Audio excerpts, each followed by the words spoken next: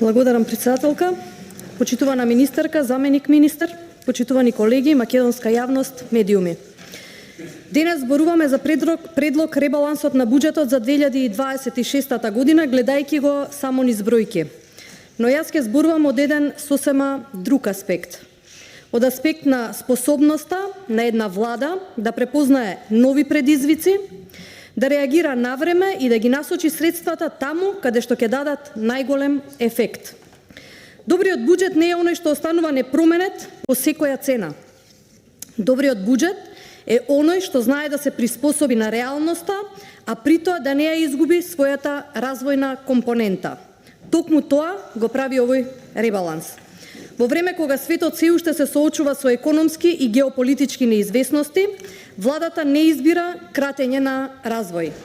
Избира инвестиции. Ова не е ребаланс за преживување, ова е ребаланс за развој. Со овој ребаланс одлучуваме каква економска политика ќе води државата и дали јавните пари ќе се користат за создавање на нова вредност или повторно ќе бидат заложници на дневната политика. Со овој ребаланс расходите се зголемуваат, но најважно е каде се насочуваат тие средства. Почитувани колеги, ако внимателно го погледнеме овој ребаланс, ќе видиме дека средствата се насочуваат токму таму каде што се најпотребни, кај граѓаните, кај децата, кај младите, кај семејствата и кај иднината на Македонија. Во образованието буџетот се зголемува за 1 милијарда и 404 милиони денари, односно за 3,1%. Тоа не е случајност, туку јасна определба дека знаењето е најдобрата инвестиција што една држава може да ја направи. Развојните програми достигнуваат 2 милијарди и 144 милиони денари со дополнителни 220 милиони денари, а средствата се насочуваат кон реконструкција и изградба на образовна инфраструктура, подобрување на условите во училиштата, студентските домови, енергетската ефикасност и поквалитетни образовни услуги. Затоа што секој денар вложен во образованието денес, утре значи поконкурентна економија, поквалитетни кадри и многу посилна држава. Во социјалната политика, демографија и младите, буџетот расте за речиси 2 милијарди денари, а развојните програми се зголемуваат за 156 милиони денари. Дополнително, инфраструктурните проекти во општините растат за 200 милиони денари. Ова е порака дека владата не ги заборава и најранливите категории. Социјалната заштита расте за 1 милијарда и 838 милиони денари, а само за старите лица и детската заштита се обезбедени дополнителни 209 милиони денари. Тоа значи повеќе сигурност, поголема грижа и конкретна поддршка за оние на кои им е најпотребна. И здравството добива значајна поддршка. Буџетот се зголемува за 1 милијарда и 811 милиони денари, достигнувајќи над 60 милијарди денари со дополнителни средства за основната здравствена заштита и за подобрување на здравствените услуги. Особено важно е што животната средина е меѓу најголемите добитници во овој ребаланс. Буџетот за овој сектор се зголемува за 2 милијарди и 412 милиони денари, односно 54,3%, најголемо процентуално зголемување меѓу сите ресори.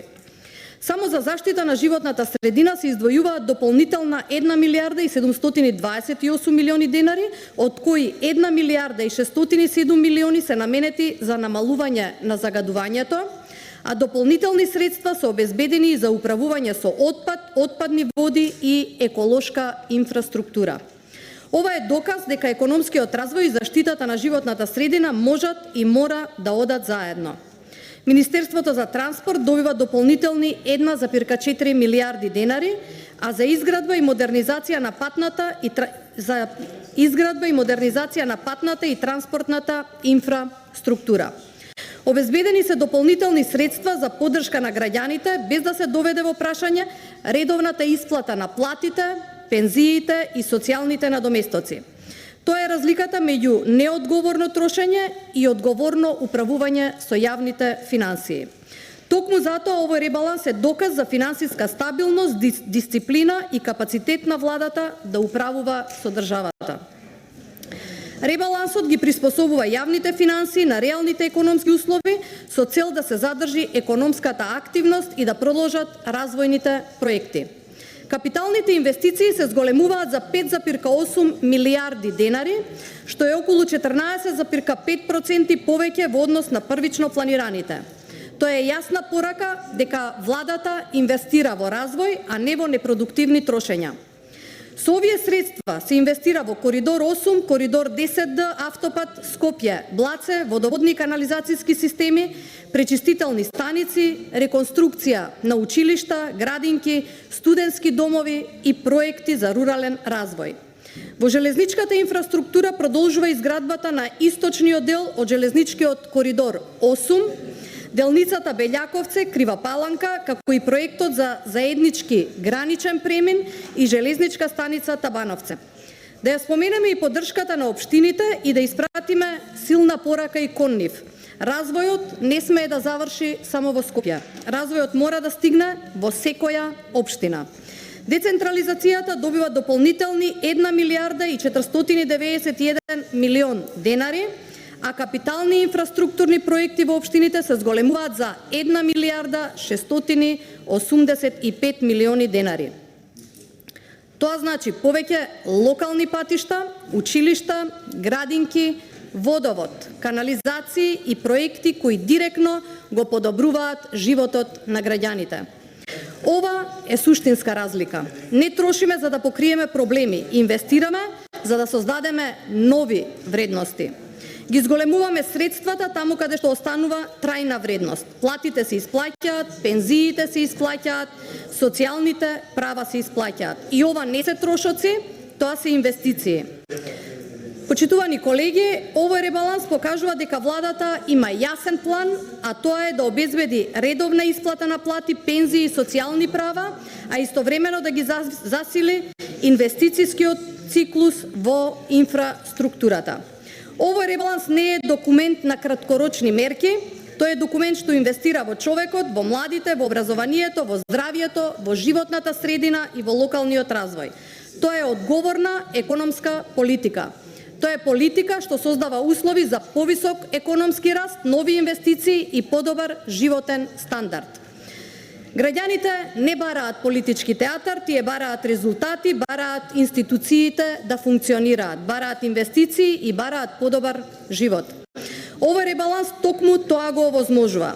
И тоа не заради тоа што е предлог на оваа влада, туку затоа што е во интерес на секој граѓанин, на секој млад човек што сака да остане во Македонија, на секое семејство што очекува подобра инфраструктура, на секоја општина што заслужува развој. И ќе завршам со една порака. Македонија предолго беше држава на пропуштени шанси. Време е тие шанси да ги претвориме во резултати, време е јавните пари да создаваат нова вредност. Време е да продолжиме да градиме, да инвестираме и да ја развиваме државата. Време е да создадеме услови за посилна, поразвиена и по-просперитетна Македонија. Затоа овој ребаланс заслужува поддршка во интерес на граѓаните, во интерес на економијата, во интерес на Македонија. Ви благодарам.